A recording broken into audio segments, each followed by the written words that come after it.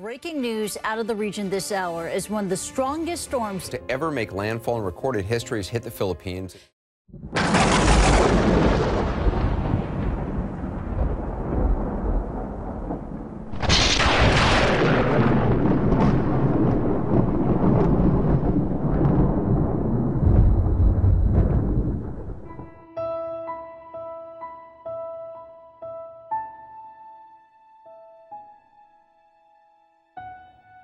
I am Alejandro Javier M. Elgar.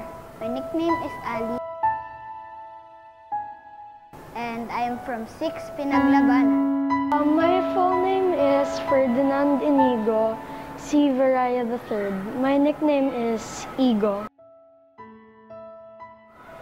I am grade 5 and my section is 5 Subanon.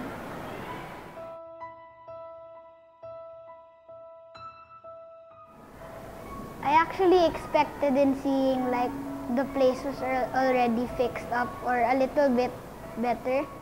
I was expecting that they should already be having decent houses, decent clothing, decent footwear.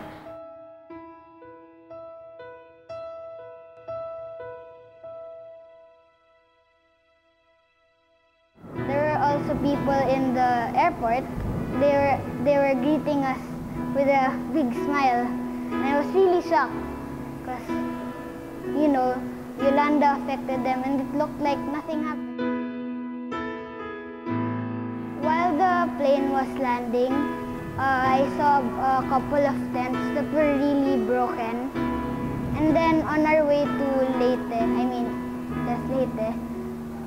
there were lots of broken houses. The roofs were all crumpled and it was just devastating.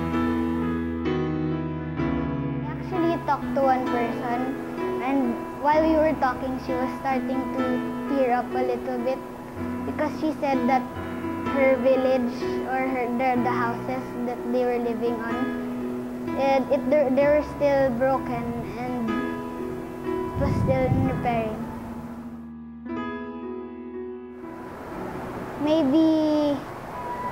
Maybe they thought I was like, wow, why would this person be helping us?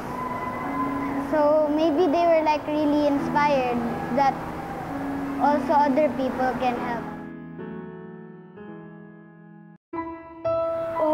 Actually, when we got there, we could hear some of the kids, they were shouting, Ma, nandyan na yung Ateneo Dream Team, bilis, maligo na kayo. They were like shouting. So we could hear it all over from the other islands. So they were actually happy that we were going to come and help them.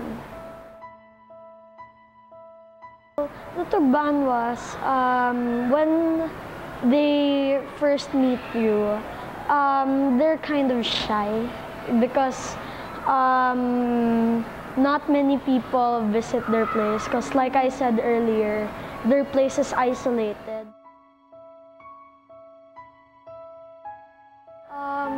So that I could get them to conversate with us, have a talk. It started out because I told them jokes, and then with the kids in the evacuation center, I played games with them. I taught them new games. Their lives were affected because with our presence, because when we came there, they learned various new things.